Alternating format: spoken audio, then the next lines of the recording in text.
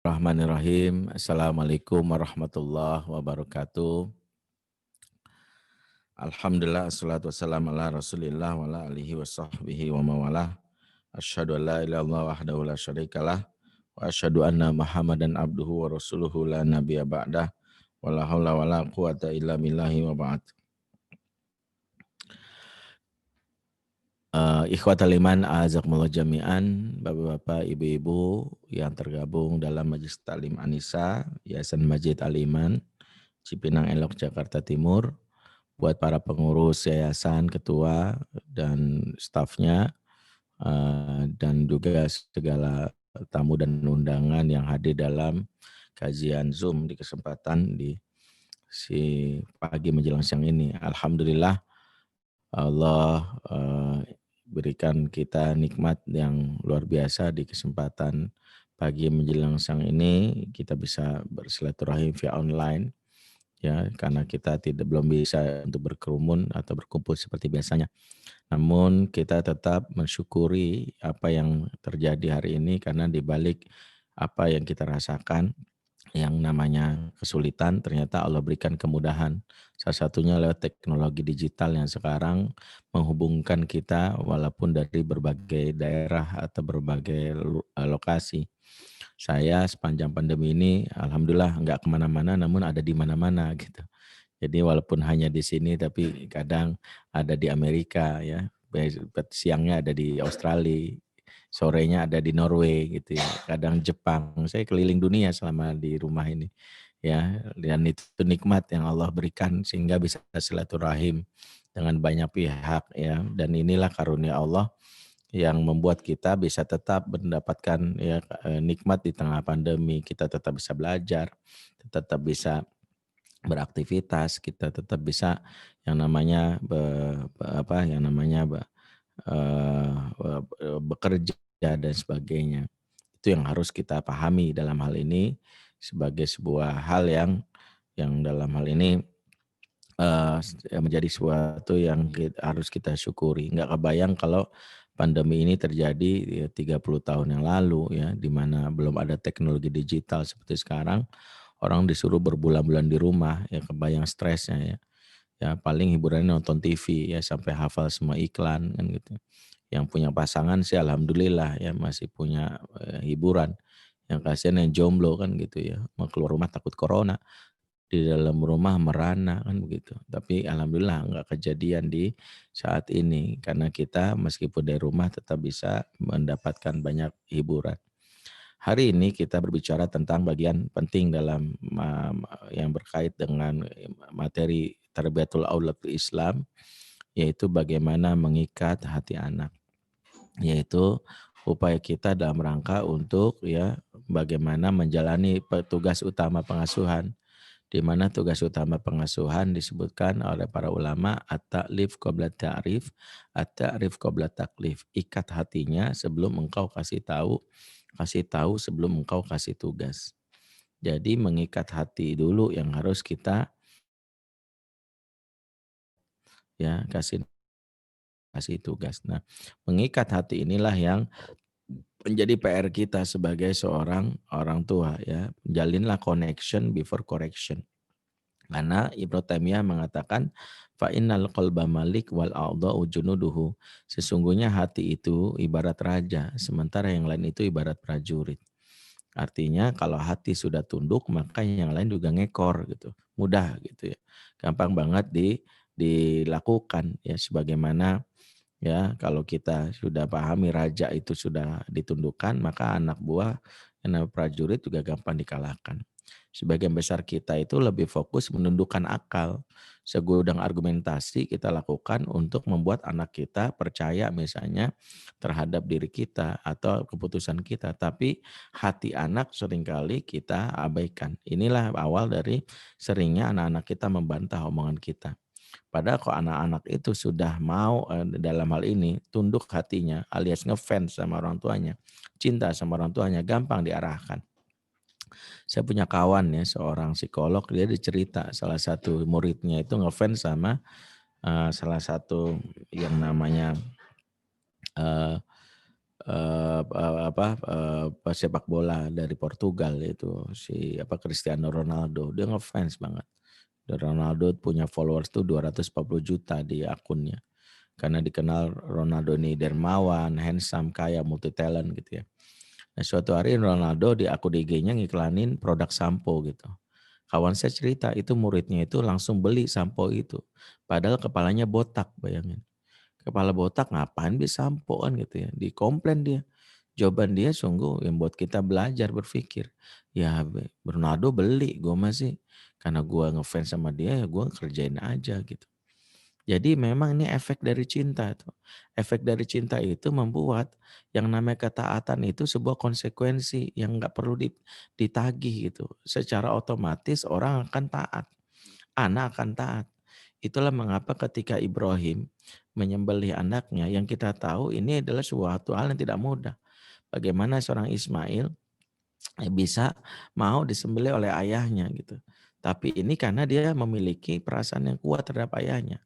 Bayangkan kalimat yang diucapkan, "Ya abati." Ini menunjukkan, "Wahai ayahku, if'al ma tu'mar." Tunaikanlah perintah Allah kepadamu, satajuduni insyaallah minasabirin. Mudah-mudahan kau dapati aku sebagai orang yang sabar. Jadi ini yang harus kita lakukan bagaimana seorang yang namanya, Ismail memiliki yang namanya kesabaran dalam hal ini, dan itu diperoleh dari, bukan sekedar karena, buah dari akidahnya saja, tapi hubungan yang kuat karena cinta kepada ayahnya. Bahkan Said Qutb dalam Fizilil Quran mengatakan, sebenarnya ayat ini memberitahu bahwa Ismail itu, eee, punya rasa takut sebenarnya Ismail. Sebenarnya Ismail punya rasa takut ya. Terbukti kalimatnya satajuduni insyaallah minasabirin. Ya kalau dia benar-benar berani katanya kalimatnya, labbaik ya, labbaik atau, sami'na wa ata'na. Ternyata enggak, dia kalimatnya, eee yang disebutkan yaitu adalah, dalam hal ini satajudni insyaallah. Ini memberi isyarat bahwa rasa takutnya kalah dengan cintanya kepada ayahnya. Nah inilah yang harus kita upayakan dalam upaya kita, bagaimana membuat anak itu taat ya, dan itu kita lihat dari Ismail. Ya dan ini bukan sekali contoh saja, banyak kita lihat contoh ketika Ismail misalnya sudah dewasa, ketika dia sudah menikah, kemudian Ibrahim datang mengunjunginya, dan Ibrahim belum pernah bertemu dengan istrinya, Ismail. Kemudian ketika dia datang, tiba-tiba Ismail pergi, sedang berburu. Saat itu Ibrahim bertemu dengan istrinya Ismail dan bertanya, "Kaifa asbahti ya banat?" Bagaimana kabarmu wahai mantuku? Ya. Dia nggak bilang mantu ya, dia cuma bilang, "Wahai kabar bagaimana anak wanitaku?" Dan anak wanitanya ini, mantunya ini nggak tahu kalau ini adalah mertuanya. Ya, dulu, merasa bahwa kalau ada kakek-kakek kalau bertemu sama orang lebih muda biasa mengambil anak kan begitu.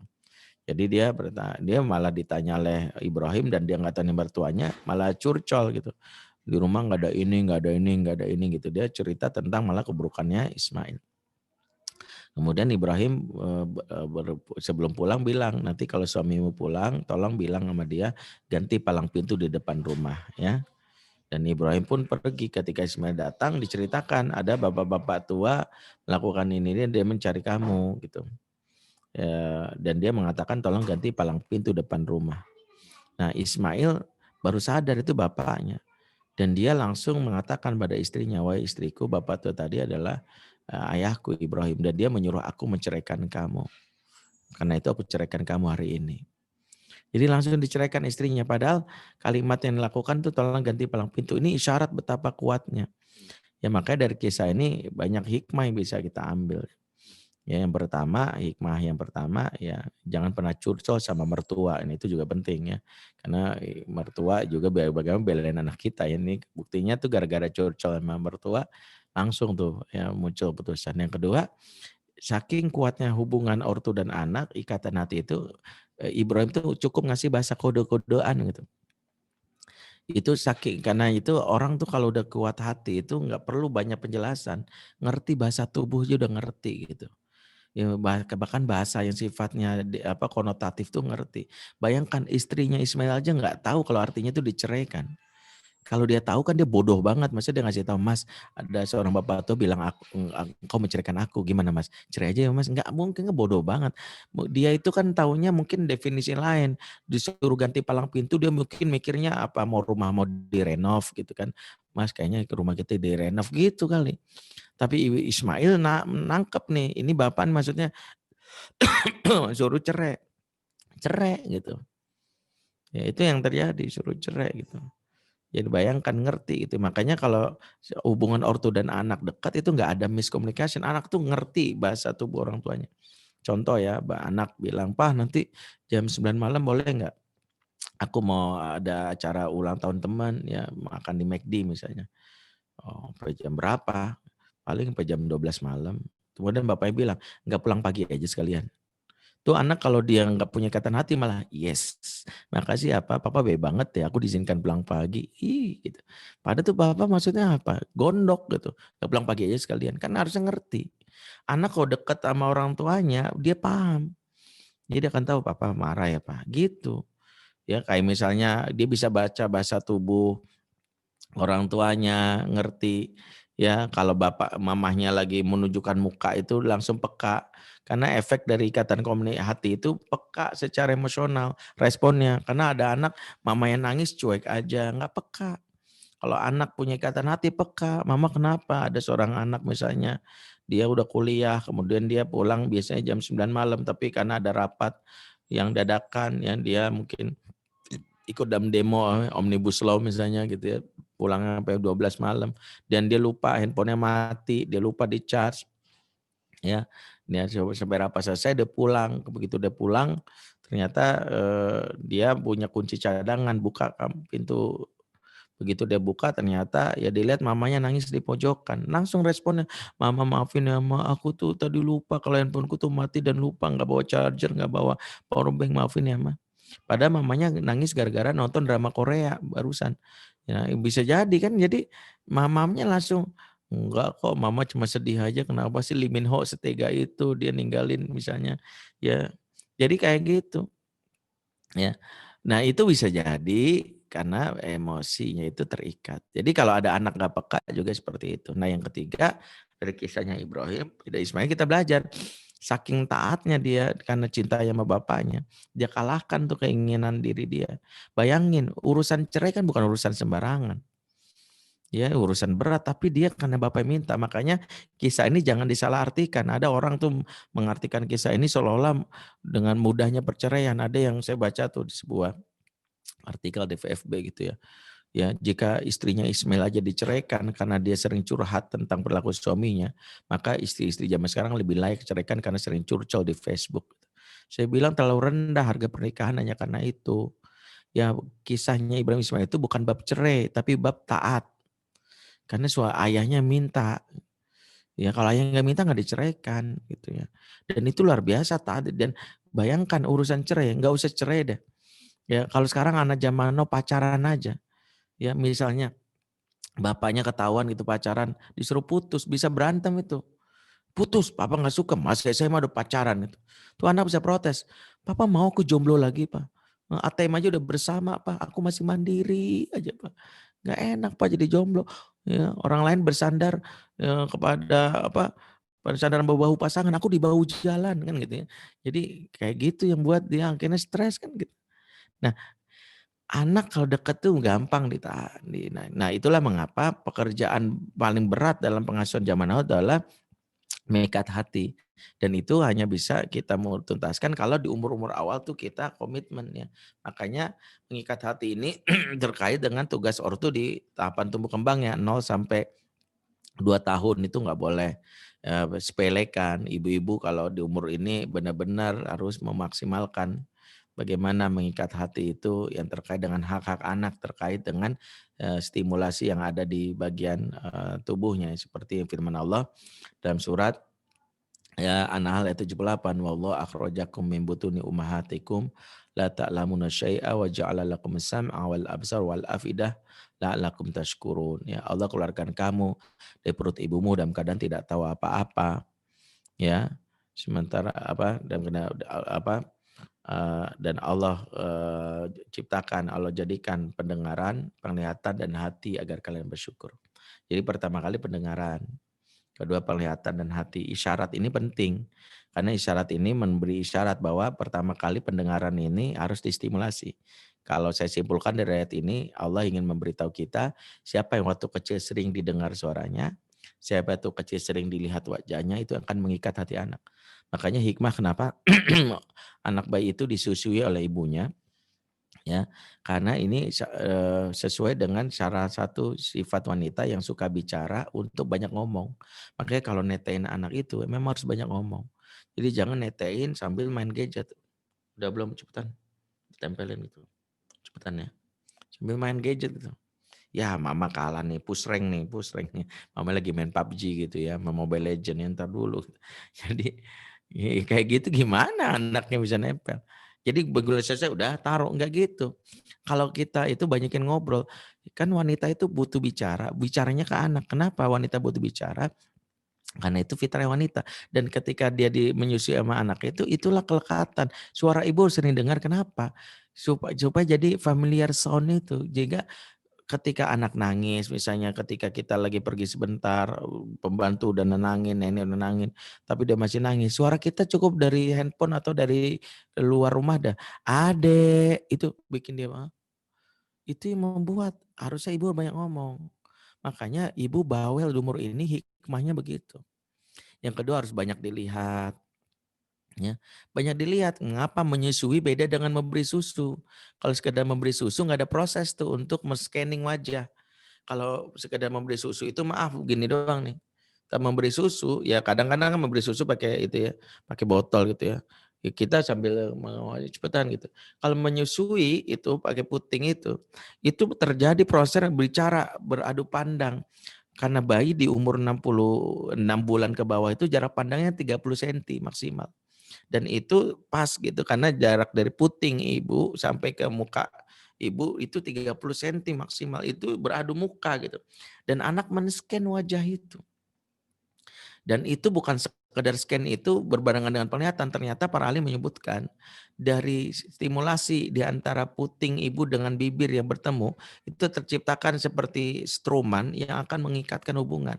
Anak merasa butuh dengan bibir yang stimulan dengan yang namanya puting ibu, ibu pun merasa sensasi yang memberikan rasa nyaman, yaitu hormon oksitosin itu muncul seiring dengan dekapan dan hisapan yang dilakukan oleh bayi.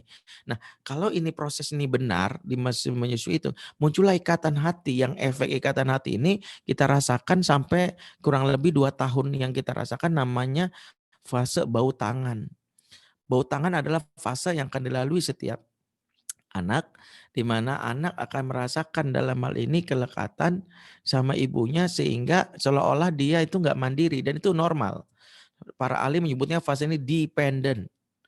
Dependent adalah fase di mana anak tergantung kepada ibunya dan itu membuat ibu selalu nomor satu gitu. Bahkan nanti 2 tahun pun pasti ada fase transisi itu. Apa-apa mama, apa-apa mama. Pulang kita habis pengajian, maaf ya cium bau pup dari pampersnya, anak belum toilet training misalnya, kemudian dia bilang, adek, pup ya, ganti dulu ya pampersnya sama mbok ya, sama mbak ya. Dia nggak mau, maunya sama mama. Nanti mama baru pulang, mama istirahat dulu, nggak mau, maunya sama mama. Nanti dong, mama capek, maunya sama mama.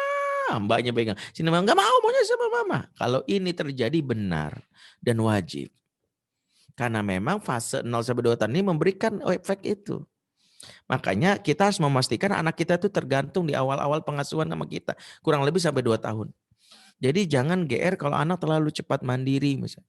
Anak umur 1 tahun bangun tidur bikin kopi sendiri. Kamu ngapain lagi bikin dalgona coffee, Ma? Ya Allah, anakku sudah mandiri gitu. Umur 1 tahun begini mandiri jangan bangga. Ntar umur 3 tahun minta ngekos di samping TK baru nyesek gitu. Mama TK Aliman kan ada kos-kosan. Aku boleh ngekos enggak? Ih, anak mama, kids zaman now sudah mandiri. Kalimat yang kita tangkap mandiri, tapi kalimat anak sebenarnya ada apa? I don't need you. Jadi jangan heran kalau di umur-umur awal dia nasehat nggak bakal didengerin.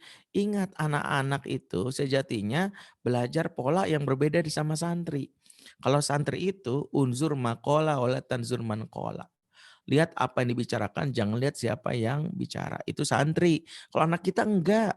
Dia pakai pola unzur man kola. Lihat siapa yang bicara. Kalau yang bicara orang yang nyebelin nggak bakal didengerin. Ya, kalau anak zaman dulu itu masuk kuping kiri, keluar kuping kanan. Kalau anak zaman now enggak gue biarin masuk kuping gue satupun. Karena kalau masuk kuping kiri, keluar kuping kanan masih ada yang nyangkut kata dia. Makanya ortu ngomong dia pakai headset gini-gini aja. Karena dia nggak mau dengerin sebenarnya. Maka itulah awal dari kegagalan pengasuhan ditandai dengan ketika gagalnya kita mengikat hati anak. Dan efeknya yang fatal itu adalah ketika daya tarik di luar itu lebih kuat daripada apa yang magnet di dalam. Magnetnya lemah, daya tarik keluar kuat. Ini di zaman now. Kalau zaman old, orang tua zaman dulu justru kebalikannya. Daya tarik di dalam magnetnya kuat, di luar lemah. Karena dulu nggak ada yang nama gadget. Nah, orang tua zaman dulu, kenapa sih ibu-ibunya itu kadang kasar gitu, bentak. Tapi kok anak nggak sempet tuh ada yang narkoba, nggak ada yang ini. Kenapa? Walaupun ada luka pengasuhan yang dilakukan, tapi minimal ibunya itu menjalani fase mengasuh dengan benar. Dia waktu menyusui full 2 tahun. Dan waktu itu anak juga belum ada yang namanya gadget ya, nggak ada yang namanya ya intinya anak-anak zaman dulu itu nggak punya pilihan lain gitu. Dibentak ortunya pun masih betah di rumah. Karena di luar kan belum masih banyak kebun, sawah gelap, belum ada mall, belum ada gadget, belum ada kafe gitu. Kalaupun kabur dari rumah mereka mikir beribu kali ya daripada gua kesambet jin kan gitu di luar mendingan di rumah kan gitu. Di rumah lebih enak ya walaupun diomelin ya terresiko lah. Anggaplah ini uji nyali ya sebelum ketemu Susana yang falak itu ketemu mama udah kayak ketemu falak udah biasa. Nah anak zaman now nggak bisa. Mamahnya dari kecilnya sudah jarang memeluknya, udah gede mama udah kayak falak gitu. Serem banget ya. Makanya anak zaman now di masa pandemi ini momen sebenarnya. Jangan sampai masa pandemi ini momen yang membuat anak trauma gitu. Harusnya kan ini memorable moment. Hubungan kita yang jelek sama anak tuh diperbaiki harusnya. Salah satu cara memperbaikinya adalah bangun kesenangan buat anak happy. Jangan jadi momen yang traumatis. Ada anak di masa pandemi ini doanya gitu, ya Allah segerakanlah wabah corona ya Allah. Bukan karena takut corona ya Allah, takut sama mama ya Allah. Kalau corona bikin batuk, pilek, kalau corona bikin mamah bikin stres, mual, muntah-muntah ya. Itu gara-gara mama ya Allah gitu ya. Jadi mama lebih ditakutin daripada corona. Nah, kalau ada yang kayak gini berarti salah satunya perbaikilah hubungan dengan anak. Jadi kalau kita menyadari, Ustadz kenapa ya, saya tuh udah nasihatin anak saya tapi kok nggak mau didengerin. Jangan nasihat dulu, koneksi dulu ini bangun. Berpikirlah strategis seperti Rasulullah ketika membiarkan seorang pipis di Masjid Nabawi. Itu bukan membiarkan kemungkaran dalam pengertian yang sering kita anggap. Berarti kita biarin kita enggak. Rasulullah berstrategi. Ada orang pipis Masjid Nabawi, yang lain ngomong nabok nih, nabok. Kurang ajar nih. Kata Rasul, "Da'uh, biarkan, biarkan." Kau Rasul biarin ya, karena Rasul sedang berstrategi, seolah-olah dibiarin, padahal sebenarnya sedang berusaha disentuh hatinya. Setelah dia puas pipis, ambil air seember, disiramin. Kemudian dipegang bahunya, kemudian bisikan telinganya. Rasulullah melakukan teknik yang untuk membuat orang itu tersentuh hatinya. Sampai orang ini merasakan apa yang disampaikan Rasulullah itu ngejelep di hati. Sampai berdoa, ya Allah, ya Allah marhamni warham Muhammad wala tarham ghairana ahadan. Ya Allah sayangilah aku dan sayangilah Muhammad. Yang lain jangan engkau sayang. Gitu. Disebel sama yang lain. Yang lain tuh bawanya kasar. Ya, ya makanya ini salah satu nilai dari apa yang dilakukan oleh Rasulullah SAW. Jadi Rasulullah SAW mengajarkan tentang bagaimana sejatinya seorang ayah dan bunda melakukan tahapan mengikat hati. Mengikat hati ini menjadi salah satu hal yang tidak boleh disepelekan dalam upaya mengasuh. Jadi kalau nasihat nggak didengerin, berkali-kali saya udah nasihatin Ustadz sampai berbusa-busa. Itu kalau sering itu saya bisa bikin balon itu. Karena busa saya udah banyak banget, tinggal ditiup aja jadi gelembung-gelembung. Nah kan kayak gitu ada mama kayak gitu. Ya saya bilang mungkin itulah kesalahannya. Ya saya belajar dari salah satu nasihat ibunda dari Ustadz Jeffrey Umi Tatum. Umi Tatum Mulyana itu cerita waktu Jeffrey, ya dia bilang waktu Jeffrey apa kelas 4 SD itu Jeffrey udah bandelnya udah ngetelun, dia kabur dari pesantren.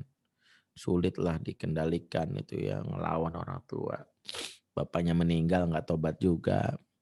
Malah ngumpul sama teman-teman gengnya di mall, ya di kafe apa di mana lagi diskotik gitu ya. Ya, pernah suatu malam saya lihat dia pulang dalam keadaan matanya memerah. Saya yakin kata Mita tuh nih mabok gitu. Dan saya sudah kepikiran mau pakai pola lama. Atau pola lama ya biasa. Setiap pulang langsung, ya Allah Jeffrey, setiap hari begini deh. Kamu tuh kapan tobatnya? Kamu tahu kan kalau mabok tuh haram. Seperti biasa nasihat keluar. Tapi setelah saya renungkan kayak pola ini nggak efektif ya. Berkali-kali Devi nggak berubah juga tuh. Akhirnya saya diarahkan berpikir cara yang kedua. Cara yang kedua apa? Begitu Jeffrey datang saya langsung peluk dia. Cukup senyum bilang, Umi kangen, udah makan belum? Umi buatin sop ayam kesukaan kamu mau. Jeffrey kaget tapi dia spontan nolak nggak mau. Ya udah kalau nggak mau nggak apa-apa bilang ya. Kalau misalnya lapar nanti Umi tinggal ngangetin. Gitu. Ya kamu mau ngantuk ya tidur dulu. Umi udah beresin kamar kamu ya. Sampai gitu. Sampai akhirnya yang namanya Jeffrey ketika itu dia kikuk juga kok ibunya berubah. Tapi kata Umi Tatum, dengan cara itulah akhirnya pelan-pelan Jeffrey kembali ke jalan hidayah. Ya disitulah kata beliau saya memahami. Kadang anak tidak membutuhkan ayat-ayat Quran lewat lisan kita. Yang anak butuhkan adalah ayat-ayat cinta lewat wajah dan sikap kita. Itulah cara kita menaklukkan hati anak. Nah dari sinilah kenapa kita bisa memahami bagaimana ya urusan mengikat hati anak ini sesuatu yang harus kita upayakan dimulai dari upaya membuat anak jatuh cinta. Jadi kalau kita udah lama nih Ustadz hubungan kami jelek, maka jangan putus asa. Tanamkan dalam hati kita ya minimal kalau memandang wajah anak cukup ucapkan aku bisa membuatmu jatuh cinta kepadaku meski kau tak cinta kepadaku. Ya, ya nggak usah dilanjutin. Saya khawatir saya ketahuan angkatan berapa gitu. Nah itu seperti itu. Jadi kalau kita lihat, yang penting adalah bikin jatuh cinta dulu. Karena cinta itu kan punya rumus. Apa rumus cinta? Cinta akan membawamu kembali di sini. Gitu. Jika tidak hari ini, mungkin nanti. Ya. Ya. Jadi tahu ya, saya angkatan berapa umur saya. Ya, kira-kira begitu. Jadi kalau kita lihat, itulah yang harus ditanamkan oleh orang tua. Nah, untuk membuat anak cinta, mengatasi anak-anak yang bermasalah itu, resepnya sudah jelaskan dalam Al-Quran. Disebutkan dalam surat An-Nisa ayat 9 ya, Allah menyebutkan kan masalah. Yang pertama kali Allah sebutkan masalah anak-anak yang wajib kita antisipasi. وَلْيَخْشَى الَّذِينَ لَوْ تَرَكُوا مِنْ خَلْفِهِمْ ذُرِّيَّةً ضِعَافًا خَافُوا عَلَيْهِمْ. Adalah takut kepada Allah orang-orang yang meninggalkan di belakang mereka anak-anak yang lemah. Itu kan problem yang kita harus antisipasi anak-anak yang lemah. Zuriatan di'afan. Anak-anak yang lemah. Yang kita khawatirkan itu yang diingatkan dalam Al-Quran. Ya, ya anak-anak lemah ini definisinya panjang. Saya nggak akan ulas di sini karena ada 3 kriteria anak yang lemah kan. Yang pertama adhafu alal masyaqqah kata para ulama, yaitu lemah menghadapi ujian kesulitan. Yang kedua adhafu ala syahwat, lemah menghadapi ujian syahwat. Yang ketiga adhafu alal ghadab, lemah menghadapi ujian kemarahan. Jadi 3. Allah berikan solusi berkaitan dengan pengasuhan anak ini. Solusi ini meringkas semua modul-modul parenting yang mungkin sudah banyak kita lihat di seminar-seminar. Diringkas cukup 2 saja. Yang pertama kata Allah, falyattaqullah, bertakwalah kepada Allah. Ini solusi pertama. Makanya kalau ingin mengikat hati anak nggak bisa. Kecuali kita memulai dengan spiritualitas yang benar dulu. Kadang ada orang tua yang selama ini hanya ngandelin faktor teknis. Ya, seringkali yang dilakukan adalah caranya adalah ya ikut seminar parenting sering banget, bayar 1 juta pun nggak masalah. Ikut namanya buku-buku ya di-download sebagainya ya. Ya yang e-book-nya, buku-buku yang print out-nya juga dibeli, mahal pun nggak ada masalah. Kita sering hadir di depan dalam setiap seminar parenting, tapi sholat malam kita malas, tilawah Quran enggak. Ini salah satunya. Jadi kalau kita lihat ini menjadi salah satu tantangan bagi diri kita ya. Bagaimana mengupayakan agar sungguh-sungguh dalam hal ini ya spiritualitas dulu. Makanya Allah bilang falettaqullah. Kalau kita masih melakukan dosa ya sulit melakukan hati anak karena hati anak itu digenggam Allah. Lihat surat Al-Anfal ayat 63. Wa allafa baina qulubihim, dia Allah menyatukan hati mereka kata Allah. Lau anfaqta ma fil ardi jami'a ma alafta baina qulubihim. Walakin Allah alafa bainahum. Ya, sumpama kamu mengumpulkan harta di muka bumi untuk menyatukan hati orang, nggak bakalan bisa. Tapi Allah yang menyatukan hati. Tapi Allah, jadi mengikat hati itu adalah urusannya Allah. Jadi kalau hubungan sama Allah jelek, seperti segitiga beginilah. Ini cinta segitiga antara kita dengan anak. Ini Allah, ini kita, orang tua, ini anak. Kalau semakin dekat sama Allah, semakin dekat juga. Semakin jauh, makin merasa. Makanya harus kita memperbaiki hubungan dengan Allah. Kalau para ulama dulu seperti Fudail bin Iyad dalam kitab Bidayah Nihayah mengatakan la'asi Allah faraqtu dzalika bi khuluqi himari wa bi khuluqi ahli wa bi khuluqi khadimi wa bi fa'ri fi baiti. Sungguh aku maksiat kepada Allah dan dampak maksiatku ada 4. Yang pertama adalah kendaraan yang suka mogok kata para ulama. Jadi kendaraan saja itu sejatinya itu dibawa kendalinya Allah. Kan doanya gimana? Subhanalladzi sakholana hadza wa ma kunna lahu muqrinin. Maha suci Allah yang mengendalikan kendaraan ini sementara kami tidak punya kuasa atasnya. Jadi ini juga menjadi pengingat bahwa kendaraan saja bukan dari Allah. Jadi nggak usah sombong dengan mengatakan bahwa Tuhan pun tidak bisa menghentikan kapal Titanic ini. Hancur juga. Kendaraan kita juga nggak boleh kita bilang nggak bakalan mogok, bensinnya udah pakai aftur malah. Ini mesin turbo terbaru. Kalau bilang mogok, mogok. Karena itu harus kita pahami. Kalau kendaraan bermasalah, hubungan kita sama Allah. Yang kedua, kelakuan dari pasangan, ya, anak dan istri. Jadi hubungan kita dengan pasangan juga dipengaruhi dari hubungan kita dengan Allah. Hubungan kita dengan anak begitu. Kalau anak suka melawan, itu mungkin karena hubungan kita juga dengan Allah yang jelek. Itulah rahasia kenapa Ibrahim meskipun jarang pulang dia kuatin hubungan dengan Allah sepanjang dia di luar. Doanya kencang, zikirnya kencang. Hati-hati jika kita udah mulai maksiat, durhaka sama orang tua, ngasih makan yang haram. Ada orang tua orang yang memberikan makanan haram ke anaknya, hati-hati. Saya pernah diundang isi kajian di sebuah BUMN malam-malam. Ya, dulu belum ada supir jadi saya capek ke malam. Makanya saya pakai Gojek gitu. Sampai selesai jam 9 malam kajiannya. Selesai kajian, tiba-tiba saya mesen Gojek, dapatlah supir Gojek yang ramah tapi ngomongnya banyak ya. Agak ngeselin sebenarnya ya, orang lagi capek dia ngomongnya banyak. Malam Pak, mau pakai masker atau enggak? Dulu saya bilang mau karena sebelum pandemi, enggak usah lah. Mau pakai helm Pak? Boleh. Begitu udah naik, ada aja nih obrolin tuh. Bapak kerja di sini Pak, dia sambil pelan-pelan. Saya jawab, enggak. Oh, saya sengaja pelan biar dia tahu saya malas ngomong. Ditanya lagi, oh kerja di mana Pak? Saya jawab, di mana-mana. Oh, Bapak banyak juga ya pekerjaannya. Di mana-mana berarti gajinya juga banyak. Emang kerjanya apa Pak? Tanya lagi dia tuh. Ngajar, saya bilang. Oh ngajar. Gitu.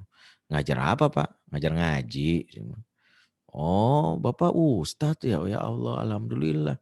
Berarti saya syukur nih nanya boncengin ustadz. Kalau begitu saya boleh nanya nggak Pak Ustadz? Lah dari tadi situ udah banyak nanya saya bilang.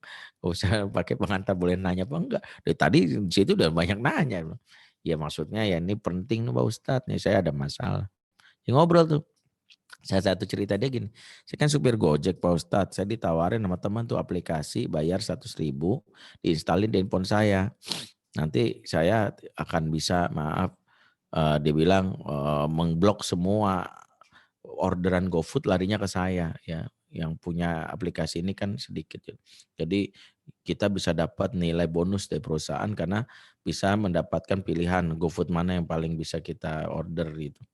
Ya itu mempengaruhi Ustadz, selain kita dapat ini dapat bonus dari perusahaan. Kira-kira gimana Pak Ustadz gitu. Saya bilang ya boleh aja sih, tapi terima resikonya ya. Oh resikonya ketangkep ya Pak Ustadz? Enggak juga, resikonya sih enggak gitu. Apa resikonya Pak Ustadz? Resikonya istri suka ngelawan, anak sulit diatur. Terus dia langsung berhenti tuh, pantesan gitu. Langsung berhenti, pantesan. Ya Allah udah jalan, bilang. Malah berhenti gitu ya. Bukan nih jadi pas banget nih Ustadz. Kalau sama istri mah udah lama saya ribut nih, ini sama anak nih. 2 minggu lalu Pak Ustadz, saya kan nelfon anak saya gini-gini alhamdulillah di pesantren di Bogor. Tiba-tiba dia nelpon. Dia bilang gimana, Pak, lain kali kalau ngirimin uang bulanan yang halal-halal aja ya, jangan yang haram-haram. Saya tersinggung kan, kok kamu ngomong gitu? Soalnya 2 minggu hafalanku nggak nambah-nambah. Kata ustadku, kalau hafalan nggak nambah, jangan-jangan pengaruh makanan.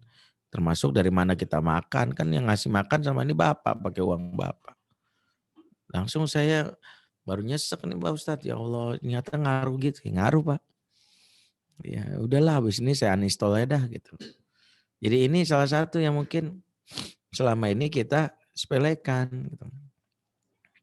Jadi kalau itu kita pahami, jangan sampai kita ya dalam hal ini justru menyepelekan yang namanya urusan yang terkait dengan ya yang terkait dengan urusan yang terkait dengan apa yang namanya spiritualitas. Sholatnya benerin, perbaiki yang namanya hubungan dengan Allah, ya banyak hal lah. Tahajudnya kencengin, ya, kalau ada dosa sama orang tua termasuk itu ngaruh juga nanti ada pengasuhan. Banyakin istighfar gitu ya. Jadi ini yang tidak dimiliki oleh Western parenting. Kalau ingin mengikat hati itu caranya adalah dengan mengikatnya lewat hubungan dengan Allah. Yang kedua, Allah berfirman ya wal yaqulu qaulan sadida. Dan ucapkanlah qaulan sadida. Jadi qaulan sadida adalah resep kedua untuk mengikat hati anak, di mana qaulan sadida maknanya adalah beberapa ulama menyampaikan adalah qaulan sidqa la inhiraf. Perkataan yang jujur dan tidak menyimpang. Kalau ingin mengikat hati anak, ngomongnya jujur. Makanya komunikasi dalam pandangan Islam bukanlah efektif. Komunikasi efektif pengasuhan anak. Saya bilang komunikasi itu bukan efektif dalam Islam. Kalau efektif itu orientasi hasil. Kalau Islam itu prosesnya dulu. Kalau mau efektif kadang mikirin hasilnya. Contoh ya, ada seorang ibu di viral tuh di sebuah akun tuh di share banyak orang tuh. Cara membuat anak menghentikan main gadgetnya. Caranya adalah dia pada saat anaknya tidur memasangkan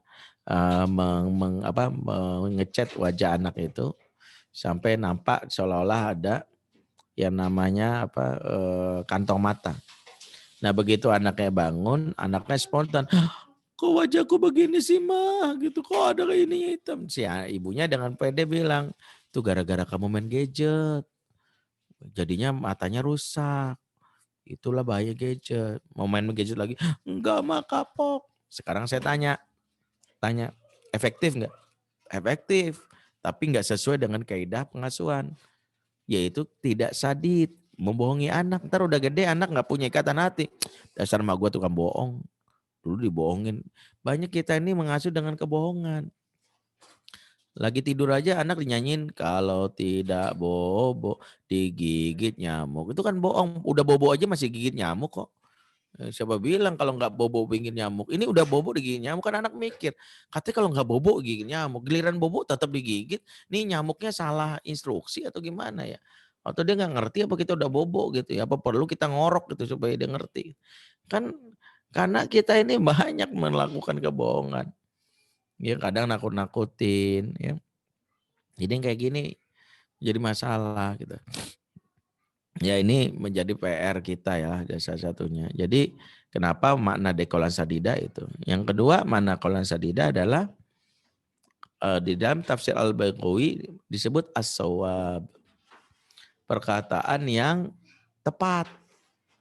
Tepat di sini maknanya seperti anak panah yang mengenai busur sasaran. Target gitu. Dari busurnya, lepasnya busurnya mengenai sasarannya. Makanya karena tepat ini kita harus membahas tentang beberapa hal terkait dengan ketepatan. Satu, tepat secara usia. Kalau pengen membuat anak terikat hatinya, usia anak kita lihat dulu. Anak 0 sampai 2 tahun sama anak 17 tahun beda. Kita ini menyamaratakan kan anak saya, iya tapi beda. Anak TK contohnya masih mau tuh membuat terikat hatinya dengan permainan. Ayo semuanya tangan ke atas, tangan ke samping, tangan ke depan, duduk yang rapi, hore. Senang nggak anak? Senang. Coba sama mahasiswa, semuanya Bu dosen nih, tangan ke atas, muntah semua nama mahasiswa. Nggak ada yang mau gitu. Nah kita ini memperlakukan anak tuh nggak ada bedanya usia. Sama aja semuanya. Makanya anak remaja malah kita sama kayak anak kecil gitu. Ya, mama tuh bilang-bilang, ingat kalau kita anak udah remaja kurangi bicara, banyakin denger. Karena kalau mau bicara banyak waktu kecil. Waktu kecil itu kita ngomong 70, anak 30 karena anak butuh modal bahasa dari mana? Dari ibunya. Tapi kalau udah remaja, umur 15 tahun ke atas kurangin. Anak kita yang banyak bicara, kita respon mendengar. Oh gitu. Terus gitu. Ini emak kebalikan, mama tuh bilang berkali-kali sama kamu, susah banget kamu dibilangin. Mana itu AC tuh, siapa yang nyalain? Siapa yang nyalain? Itu remote TV kamu hilangin. Mama mau nonton drama Korea, jadi nggak bisa tuh. Remote-nya di mana coba? Disimpan sama kamu kan. Tuh anak diomelin mulu. Makanya banyak ibu-ibu yang lupa. Kenapa anak disebut remaja? Karena ini masa di mana ortu dilarang ngegas, rem aja. Makanya remaja, rem aja. Rem aja Bu, jangan ngegas. Nah ini kalau udah remaja diomelin, ya remaja. Makanya saya ya bersama guru saya Irwan kita punya program sharing class termasuk membahas usia tumbuh kembang anak berdasarkan usia ya. Setiap bulannya ada mendidik anak laki-laki, yang mendidik anak perempuan, membayar utang dan membahas luka pengasuhan. Kalau mau gabung silakan. Terus apa lagi? Mengatasi kecanduan gadget pornografi. Insya Allah pekan depan nih kita bahas tentang mengatasi kecanduan gadget pornografi. Kemudian 5, manajemen konflik suami istri. Setiap pekan insya Allah kita bikin setiap Selasa, Rabu, dan Kamis. Kelasnya pilih, ada kelas pagi, siang, dan malam. Nanti informasinya mungkin ada admin kami yang WA di room chat. Tapi intinya beda kok tiap usia. Jangan disamain. Berarti kita harus paham nih, bisa nih, wah ini usianya udah 8 tahun ke atas, berarti ini usianya bapak nih, masih usia bapak, kita ngomong suami, Pak, ini saatnya kamu maju, 0 sampai 7 itu aku, ini usianya papa sekarang. Nah kalau udah umur ini jangan instruksi lagi, tapi bimbingan, jadilah coach. Jadi kalau anak sudah mengakukan sesuatu, jangan langsung keluar ayat. Rasulullah tuh ketika ada anak yang bercerita, Rasul aku masuk Islam, tapi boleh nggak berzina? Rasul itu mencontohkan, udah anak umur gitu jangan berzina dosa masuk neraka, enggak begitu. Kita ini lupa haruslah coach. Rasul mengatakan apa dong dalam rangka coach, dilatih dari pikirnya. Kalau adik kamu dizinai gimana? Kalau kalau ibu kamu dizinai gimana? Sampai dia mikir sendiri. Ya seperti itu. Nah ini yang kadang-kadang orang tua seringkali lalai dalam urusan kayak gini. Ya. Saya pernah ya dan saya belajarnya juga nggak langsung bisa ya. Ini kan resiko jadi ustadz kadang-kadang buru-buru ngasih ayat juga sering gitu. Saya pernah suatu hari anak saya ya yang nomor 2 tuh udah remaja kan. Cerita, tadi aku gaplokin si Wildan Bi. Lah kaget saya. Kok begitu bang? Dia megang kemaluan aku gitu ya. Kesel aku tendang aja gitu. Terus saya ini belajar dari istri saya kan lulusan psikologi ya. Jadi diajarin tuh. Bi jadi coach. Coach ingat jangan jadi ustadz dulu coach. Kalau ustadz langsung keluar ayat tuh. Langsung keluar ayat mengatakan innamal mu'minuna ikhwah. Gua langsung keluar ayat. Langsung males dia. Yang langsung bilang diruqyah lagi gue tuh. Males gitu. Ini dia ngerasa abinya tukang ruqyah gitu. Belum apa-apa ayat. Maka saya bilang oh gitu bang. Itu sengaja atau enggak bang? Nggak tahu juga sih. Kayaknya sih nggak sengaja. Oh, misalnya abang suatu saat nggak sengaja nih, ya misalnya numpain air ke ustadz, kan saya sebut tuh ada ustadz yang galak di kampung kita, Ustadz Herman. Tiba-tiba tabokin sama Ustadz Herman gitu. Abang rasanya gimana bang? Ya marah lah, main tabok aja. Tapi kan abang numpain air, kan aku nggak sengaja. Nah, kira-kira yang Wildan rasakan gimana bang? Iya sih. Terus apa yang abang lakukan dengan ini? Kayaknya aku harus minta maaf deh, Bi. Kayaknya dia jadi ini banget sama aku gitu.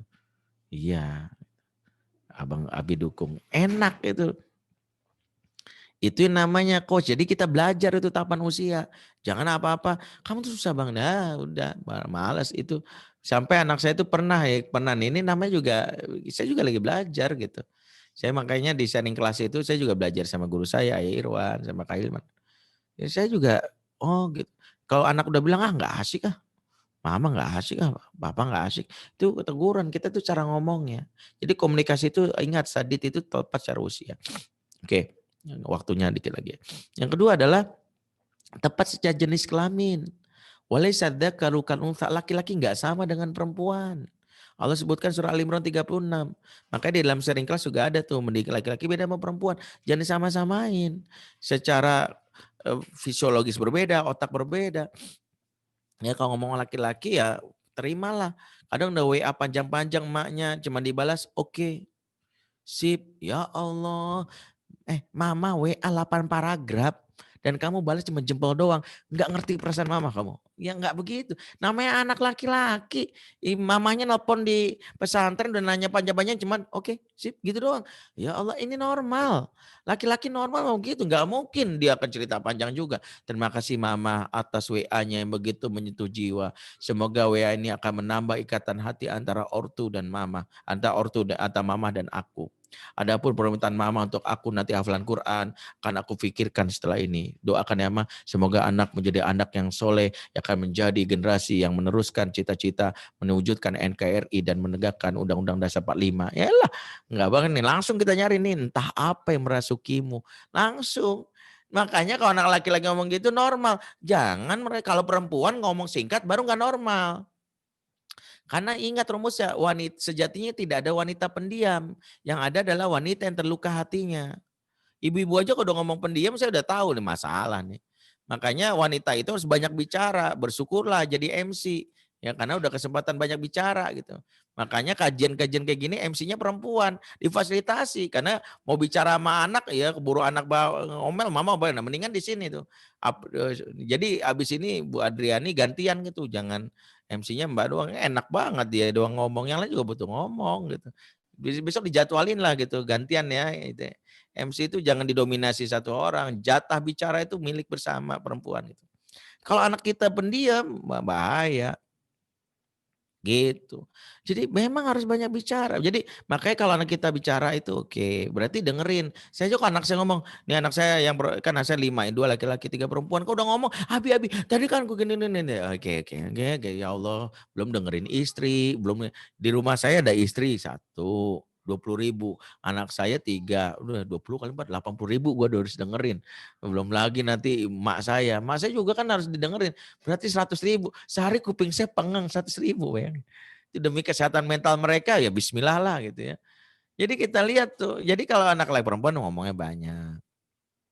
Kalau anak laki-laki ngomongnya gimana? Kalau mama pikir ya nak, pikir karena dia logikanya lebih banyak. Kalau anak perempuan, kalau mama rasa, karena rasanya dia, perasaannya dipakai perasaan. Anak laki-laki nih, kalau misalnya kita meluk gitu ya, tepuk, terutama bagian bahu. Kalau ketemu anak laki-laki, ya Allah abang, bangga deh. Bahu, karena bahu bagi anak laki-laki ini adalah harga dirinya, pride-nya. Bapak atau ibu yang gak pernah napuk bahu anak laki-laki, dia akan cari orang dewasa lain akan menepuk bahunya. Meskipun kepala preman. Makanya kenapa dia ikut geng motor, karena kepala gengnya mungkin pernah ikut kajian parenting saya gitu. Tahu bahu itu penting. Hebat loh, habis bacok 5 orang, good gitu. Jadi makanya dia belajar itu. Orang tuh nggak mau belajar sih. Jadi gitu. Pentingnya menepuk bahu. Karena bahu itu harga diri laki-laki. Dan harga diri bagi laki-laki udah kayak NKRI, harga mati itu. Kalau nggak dipenuhi, cari sendiri. Kalau perempuan apa? Usap. Kayak kalau anak perempuan tuh dari bahu ke bawah, dari leher ke bawah usap. Terus sering mengusap. Kalau mana laki-laki nggak boleh ngomong berhadap-hadapan. Karena laki-laki keberhadapan udah kayak KPK sama koruptor, dia merasa diadili. Nggak mau dia. Makanya kalau mau laki-laki samping menyamping, kalau mau ngomong laki-laki duduk samping dia.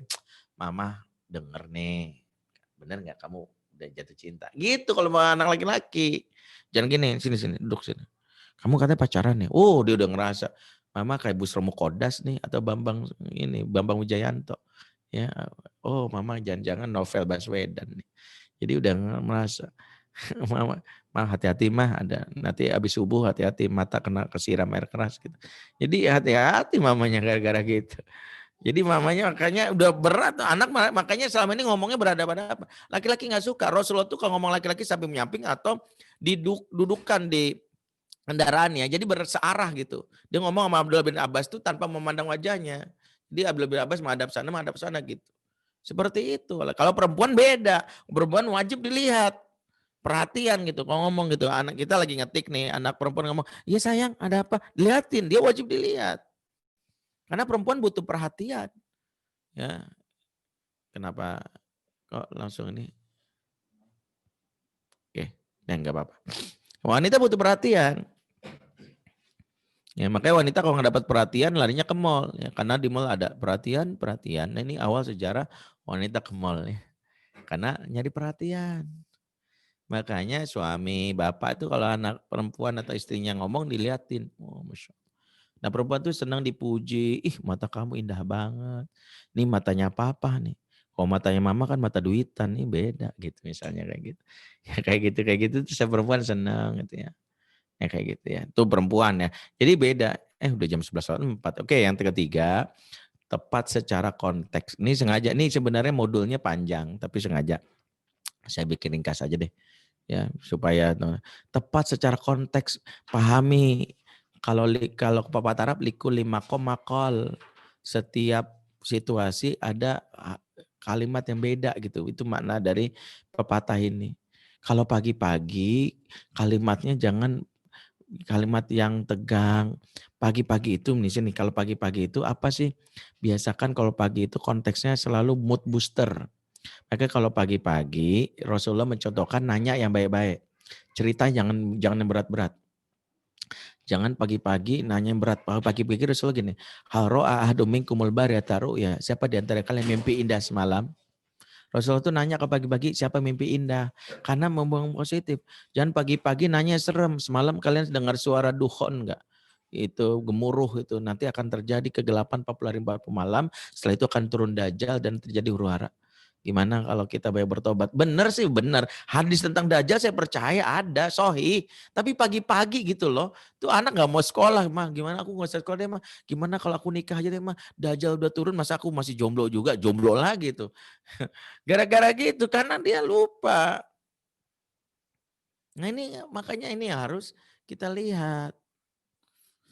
Ya dalam hal ini kalau pagi-pagi yang happy-happy, nanya juga yang bikin mood booster. Pagi-pagi jangan nanya, nak menurut kamu inflasi ekonomi berapa persen? Ampun kata anak. Sri Mulyani aja susah jawabnya gimana gue. Ini sedang bapak-bapak kadang gitu. Mau coba lucu tapi tegang tuh mana anak. Nanya berat-berat, tegang anak ngeliat. Ih gue kayak tinggal di Korea Utara nih. Ini papa jangan-jangan Kim Jong Un lagi nyamar gitu. Jadi ini juga jadi masuk. Jadi kalau pagi itu. Jadi kalau misalnya ya, kalau misalnya mau cerita tentang yang serem-serem itu kapan? Pada saat anak sudah menjalani aktivitas yang hari, muhasabah, kondisi itu ada waktunya. Lagi sedih apa yang lakukan itu ada konteksnya ya, Bu. Baik ya udah 11.06 mudah-mudahan bermanfaat. Afwan karena waktu yang membatasi. Mudah-mudahan itu bisa kita lanjutkan untuk informasi sharing kelas yang 6 tema yang dibutuhkan. Tinggal pilih kelasnya aja ada nomor apa di situ di room chat ada informasinya. Bila taufik, assalamualaikum warahmatullahi wabarakatuh. Waalaikumsalam warahmatullahi wabarakatuh. Alhamdulillahirrahmanirrahim. Baik Ustadz, kita langsung masuk sesi tanya jawab saja ya. Sudah masuk beberapa pertanyaan di room chat. Kita mulakan dari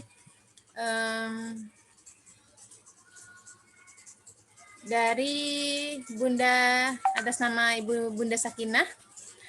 Ustadz, Kalau kita sedang marah dengan anak, bagaimana sebaiknya Ustadz? Ya. Pertama, marah itu ada yang dilarang, yang sebut marah yang terlarang, ya, yang terlarang, ada yang marah yang dibolehkan. Ya, ada empat jenjang kemarahan. Yang pertama namanya kurhun. Kurhun itu marah yang elegan ya, kecerdasan emosi tinggi itu biasanya. Caranya kurhun itu adalah mengungkapkan perasaan atau disebut I message. Contoh gini, mama nggak suka ya nak, maaf ya nak, tolong hentikan.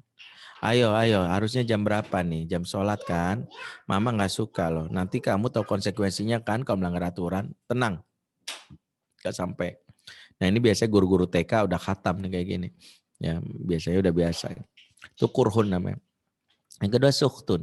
Suhtun itu masih dibolehkan karena energi marahnya masih tertahan gigi geraham. Makanya karena menahan gigi geraham itu, suhtun itu membuat kadang-kadang gigi kita ekspresi wajah itu nggak begitu nyaman. Mama nggak suka. Jangan, enggak. Itu masih boleh, suhtun. Nggak saya masih tertahan kan. Enggak, mama kan udah bilang sama kamu jangan. Nah, itu masih boleh, itu suhtun. Yang nggak boleh itu yang ketiga, godbun. Makanya ada hadis la taghdab, jangan godbun. Godbun itu ekspresi pertama, desibel suara tinggi, udah jebol tuh pertahanan. Kamu! Nah itu merusak tuh. Itu karena kemarahan itu bisa diwariskan dari generasi ke generasi, itu namanya luka pengasuhan.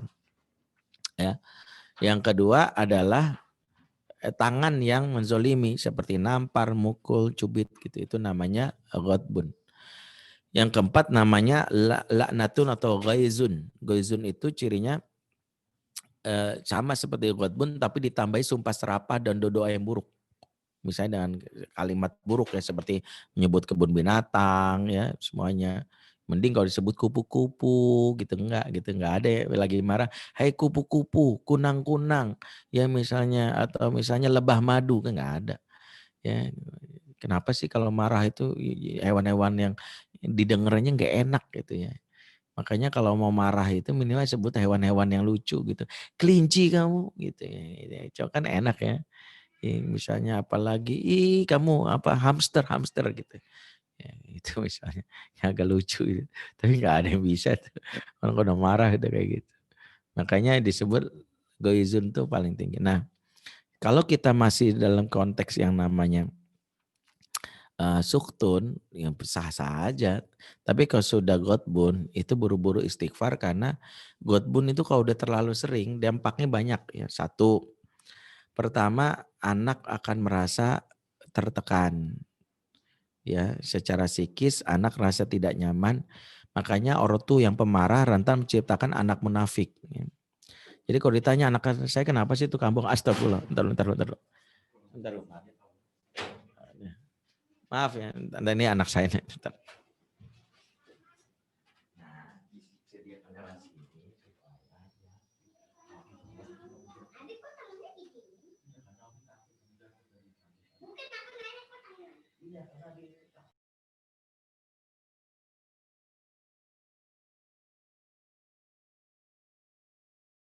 Maaf. Ini studio mini di seberang rumah. Kebetulan ada rooftop di lantai 3. Jadi saya bikin studio mini 3 lantai.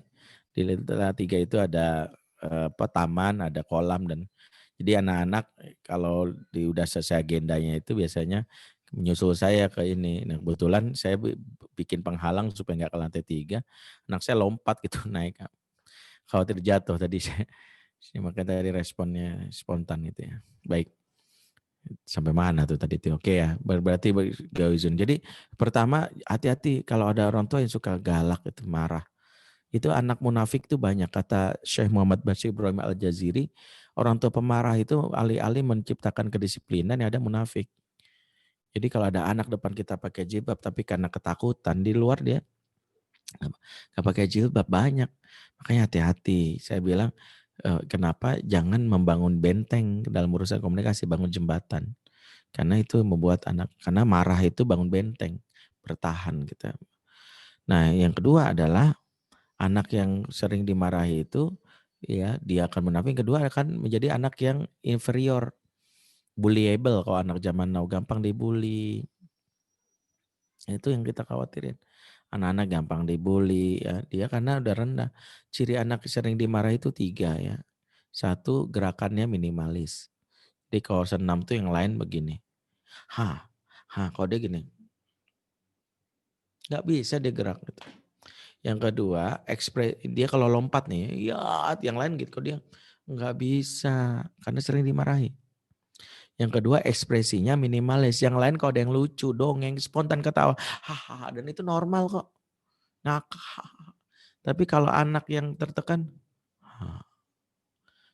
Sule aja nggak bisa bikin dia ketawa. Karena hidup dia udah berat itu. Bagi dia memikirkan ya itu udah berat.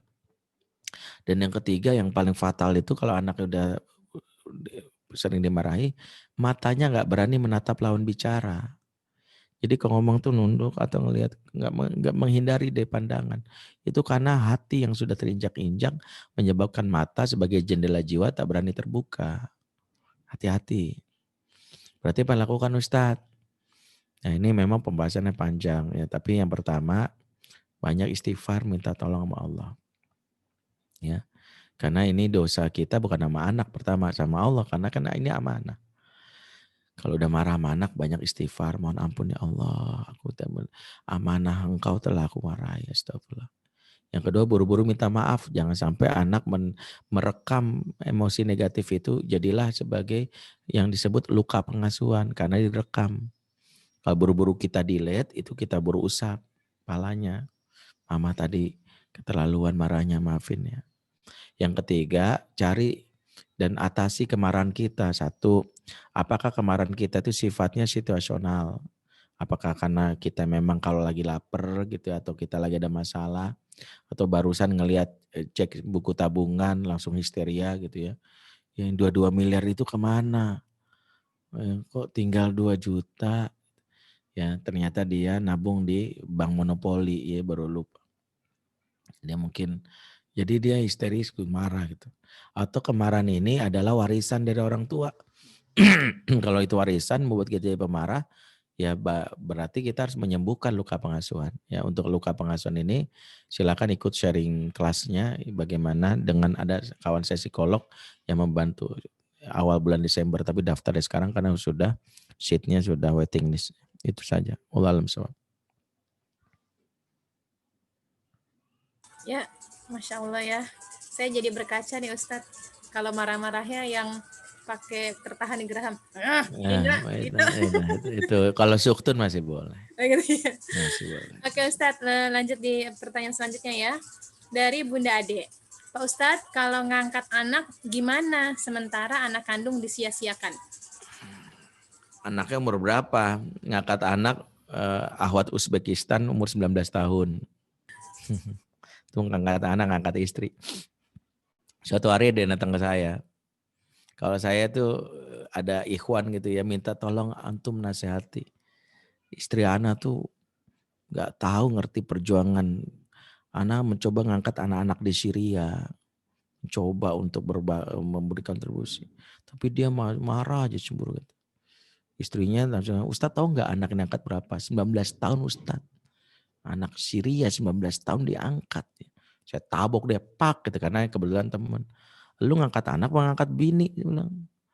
Kalau ngangkat anak itu satu ya sebelum 2 tahun kau perlu supaya gampang menjadikan dia menjadi mahram kita. Karena masih disusui bisa. Satu kalau dia dengan istri kita atau dengan adik kandung kita. Jadilah kita paman. Dalam hal ini. Kalau setelah itu berat gitu. Kalau ngangkat anak laki-laki boleh, tapi juga berkaitan yang lain. Tapi ala kulihal, kalau ngangkat anak itu dalam rangka untuk mungkin ini anaknya laki-laki Ustadz, masih kecil ya nggak apa-apa. Tapi belajar ilmu prioritas. Kita ini beramal soleh tanpa prioritas berantakan. Yang prioritas kan anak kandung karena itu yang dihisap oleh Allah. Kata Allah, kata Rasulullah, ya apakah fabil mar'i ithman innama aidoi'a mayakut. Cukuplah seseorang lelaki dianggap berdosa jika menyanyiakan orang di bawah tanggungannya. Ini maksudnya kata Imam Nawawi adalah istri dan anak kandung. Jangan sama istri sama anak kandung cuek, sama orang lain yang bukan darah daging baik banget, salah prioritas. Amalnya jadinya berantakan. Di satu sisi dia dapat pahala, tapi di sisi dia masuk neraka gara-gara itu. Nggak seimbang. Ini kayak orang, mohon maaf nih logikanya. Orang yang semangat banget sholat tahajud tapi subuhnya kesiangan. Atau ada orang yang pakai jilbab tapi telanjang bagian bawahnya. Kerudungnya dipakai ya, tapi nggak pakai rok. Ini gara-gara salah memahami. Jadi kalau ada yang kayak gitu ya mudah-mudahan itu dia bisa mendapatkan nasihat bahwa diutamakan dulu prioritas tanggung jawab. Tanggung jawab. Karena sebagaimana Rasulullah menegur seorang sahabat yang sedekah utama itu sama keluarga sendiri. Jadi kalau misalnya keluarga lapar kita sedekah sementara istri nggak ridho, dosa. Kecuali istri ridho. Kita sedekah ya sayangnya. Supaya Allah melancarkan rezeki. Boleh, tapi kalau istri nggak ridho sedekah tapi istri belum dinafkahi, nggak boleh, zolim. Ya, seperti itu. Wallahu a'lam bishawab.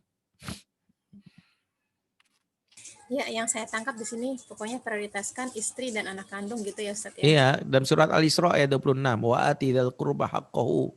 Berikanlah hak khususnya kepada orang terdekatmu.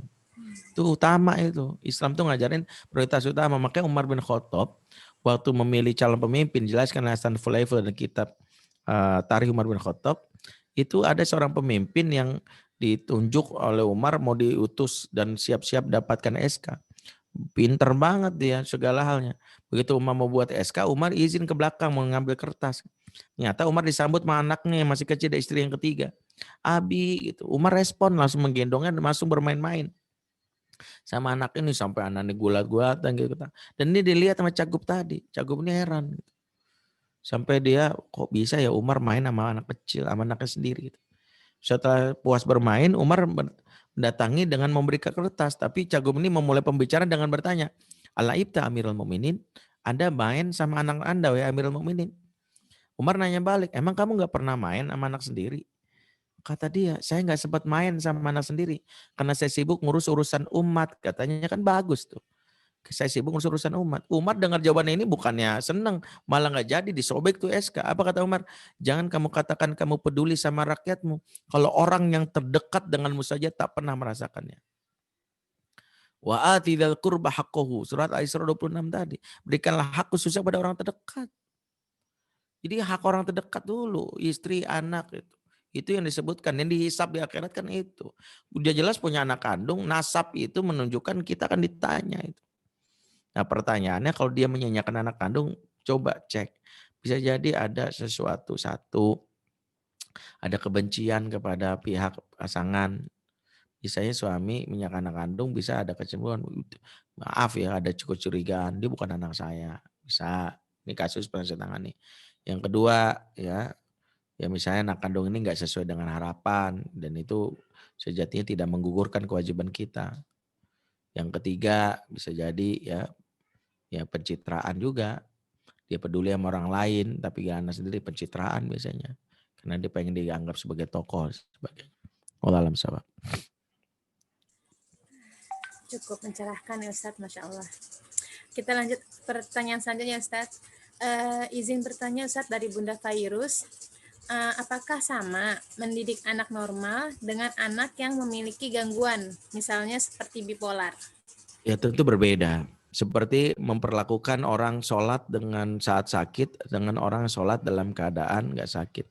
Kalau sholat normal dia harus berada di kondisi kan yang dia dalam kondisi ya, seperti rukun-rukun dan syarat sholat. Tapi kalau orang sakit dia boleh duduk, yang dia boleh misalnya berbaring kan gitu, bahkan berisyarat. Maka kadar anak yang normal pun dalam stimulasinya berbeda. Makanya di sini perlu memahami ekspektasi yang dikompromikan. Kalau kita tahu anak kita special needs khususnya mengalami gangguan bipolar, di mana gangguan bipolar itu kan emosinya itu gampang naik dan turun, bisa nangis tiba-tiba, tiba-tiba happy, tiba-tiba. Berarti apa yang harus kita jaga? Yaitu bagaimana kita menjaga 3 hal dari dia, safe, secure, and trust. Jaga betul, makanya kadang kita melambatkan tumbuh kembangnya. Kadang-kadang kita bersabar untuk tidak menuntut seperti anak. Kok dia kayaknya jadi manja ya. Memang kadang-kadang kita bersabar, orang lagi sakit kok. Ya, Kalau anak umurnya normal, umur 8 tahun mengambil, bukan diambilkan. Misalnya mengambilkan gimana? Nak, emang kamu nggak bisa? Abang kan udah 8 tahun. Ya boleh ambil sendiri, itu 8 tahun. Mengambil, bukan diambilkan. Tapi kalau anak 8 tahun yang bipolar bisa jadi dalam kondisi dia lagi nggak ini, ya udah sini sini. Ini mama suapin, nggak apa-apa. Karena dia butuh rasa nyaman. Orang kalau lagi dalam begini, dia harus dibikin rasa nyamannya. Ya, tentu berbeda ya. Ya, wallahu a'lam bishawab.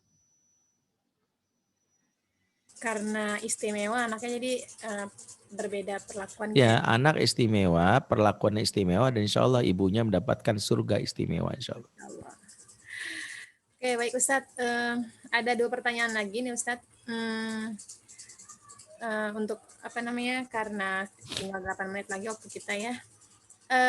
Dari Bunda Hasbi, sampai usia berapakah anak laki-laki dekat sekali dengan ibunya? Tahapan dekat itu ada beberapa hal ya. Yang jelas dekat itu sekalinya sampai dewasa pun harusnya dekat. Karena anak itu sejatinya ya anak laki-laki apalagi dia ya, dekat milik ibunya. Tapi kedekatan itu ada yang sifatnya psikis, ada yang sifatnya fisik. Kok kedekatan fisik maksimal 0 sampai 2 tahun. Karena kan dia nempel terus, tapi setelah 2 tahun fasenya sapi, tapi tidak menghilangkan kedekatan psikis. Buktinya apa? Kedekatan psikis setelah 2 tahun itu adalah anak-anak yang akan memprioritaskan ibunya. Ya, karena fase 0 sampai 2 tahun memberikan jejak pengalaman. Cara ngetesnya gampang ya. Misalnya anak 5 tahun tuh di JJ. Ini anaknya ditaruh gitu atau 3 tahun ya. Ibunya berbaris lah barengan sama Raisa, Sirai Sungkar, Dewi Sandra gitu ya. Semua bilang gini, sini sama mama. Kira-kira anak 3 tahun milih siapa? Ya kalau papahnya milih Raisa, jangan dites ya, jangan nanti nyesek sendiri. Ya ini ya yang ngetes suami ya, kalau suami normal gitu ya. Tapi kalau anak 5 tahun, walaupun tante Raisa ini kata orang cantik, suaranya merdu, sini sayang gitu. Enggak lah, anak-anak nggak bakal mau, tetap milih mamanya. Kalau benar proses mengasuhnya. Kenapa? Karena dia akan mengatakan dalam diri dia walaupun nggak terucap, siapa kamu? Nggak pernah kulihat wajahmu, tidak pernah ku dengar suaramu. Mau main peluk aku aja, emang aku bayi murahan? Kan begitu. Anak-anak ngerti kayak gitu. Ya, makanya kalau anak di umur ini sudah memilih orang lain, itu jadi tesnya di situ. Jadi nggak harus secara fisik, psikis. Sampai gede pun ya harusnya dekat ya. Kayak saya misalnya dalam kondisi, saya bilang saya nggak akan pindah rumah sebelum mak saya mengizinkan saya keluar dari rumahnya.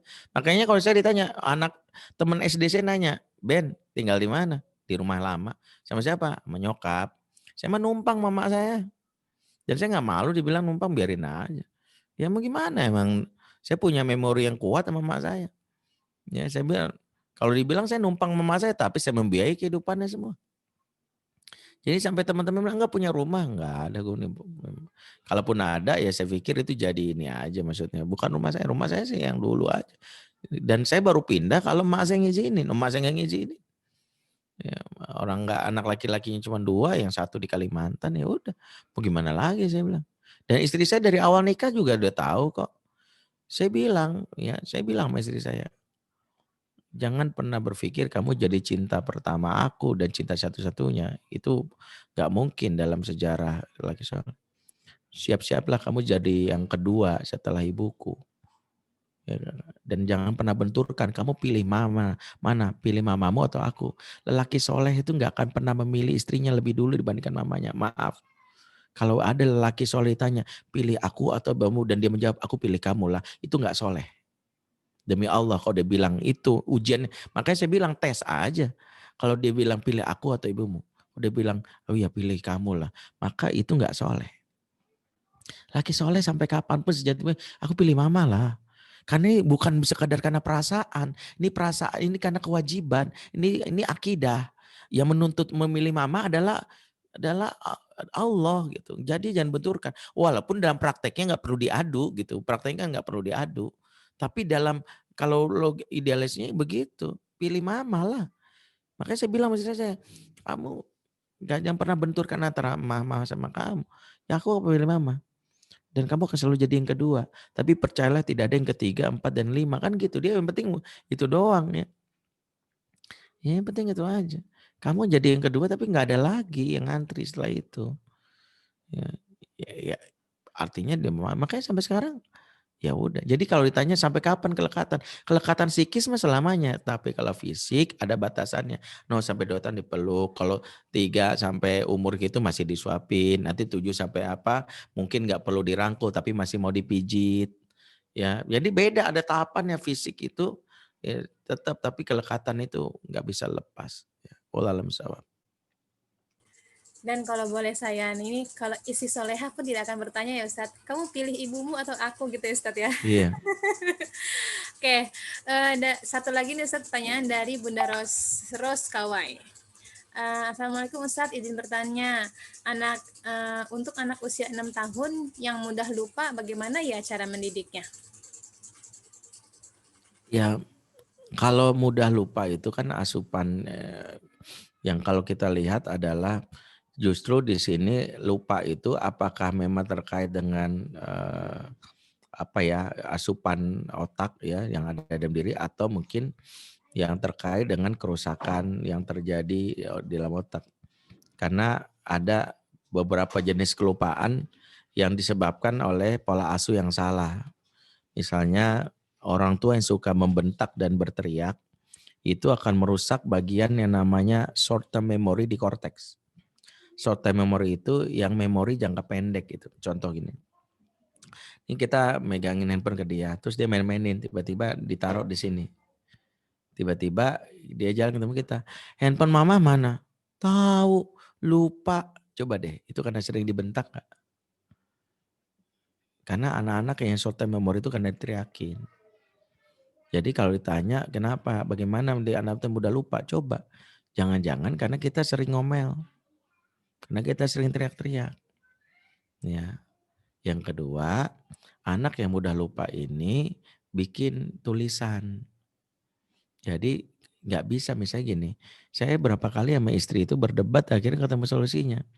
Kita bikin perjanjian di awal, di setiap pagi hari ini akhirnya apa nak, ini. Saya ngingetin tuh, akhirnya ada yang melanggar tuh. Terus akhirnya berkali-kali, soalnya aku lupa. Di situ saya memahami kenapa lupa. Karena nggak dicatat, makanya kita punya papan agenda harian. Jadi dia tahu, oh seperti itu. Jadi emang harus ada yang catat. Wallahualam bishawab, mudah-mudahan itu saja ya, karena udah 11.30 izin saya ada agenda lain. Karena hari ini ada jadwal berenang dengan anak, jadi saya harus jemput. Dan anak saya laki-laki kebetulan lagi ada berenang gitu ya, jadi saya tadi meninggalkan di kolam renang. Mohon maaf ya, mungkin itu dulu bisa sampaikan. Untuk informasi sharing kelas ada di room chat, silakan dibaca saja. Ya, baik Ustadz. Alhamdulillahirrahmanirrahim. Rampung juga pertanyaan kita hari ini serta materi dari Ustadz. Masya Allah, saya jadi insya Allah dari pencerahan ya Ustadz, dan insya Allah akan dipraktekkan gitu. Baik Ustadz, sebelum penutupan, izinkan saya untuk membuat screen foto mengabadikan pertemuan kita hari ini. Baik Ayah Bunda, silakan diaktifkan videonya. Kita sesaat pemotretan virtual untuk mengabadikan pertemuan kita hari ini. Jangan lupa pasang senyum yang manis. Baik, sepertinya sudah di-on-kan semua ya. Wah, Masya Allah. Oke, siap-siap menunggu Aba-Aba. Kita ada 3 layar yang akan kita screen. Dalam hitungan 3 ya. Senyum yang manis. 1, 2, 3. Oke, sesaat saya save dulu. Sebentar. Itu baru layar pertama. Langsung kita ke layar kedua. 1, 2, pasang senyum manis. 3. Oke, layar kedua baru saja kita abadikan. Lanjut nanti sebentar ke layar ketiga ya. Sebentar.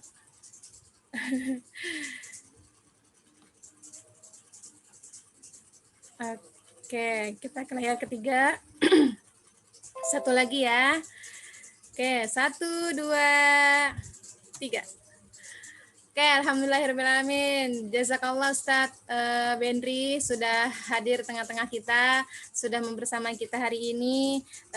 Semoga Ustadz dan keluarga diberikan keberkahan oleh Allah Subhanahu Wa Taala. Amin. Dan kita insya Allah berjumpa lagi di lain kesempatan. Amin. Oke, ayah bunda sekalian, izinkan saya juga menutup atau ada doa penutup dari Ustadz.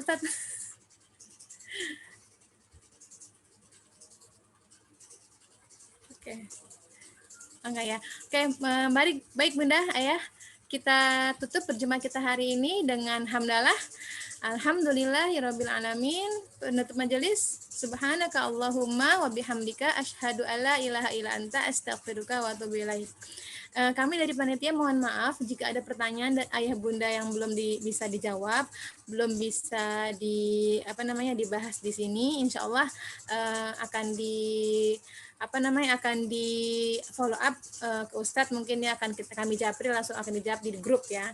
Dan alhamdulillah juga untuk untuk bunda sepertinya ya, semuanya bunda nih yang bertanya. Kepada bunda yang bertanya tadi dan sudah dibahas oleh Ustadz, pertanyaannya akan mendapatkan door prize, yaitu berupa sebuah buku tentang parenting. Dan kepada bunda tadi siapa yang tadi yang tanya? Oke, bunda atas nama Sakinah, atas nama bunda Ade, atas bunda Fairuz, atas nama bunda Asbi, dan atas bunda Ros Kawai untuk menjapri ke panitia alamatnya. Nanti bukunya insya Allah akan kita kirimkan ke alamat terkait door prize hari ini. Oke Bunda, kita tutup ya kajian kita hari ini, kecuali yang 5 orang yang mendapatkan door prize ya, untuk memberikan alamat kepada kami. Assalamualaikum.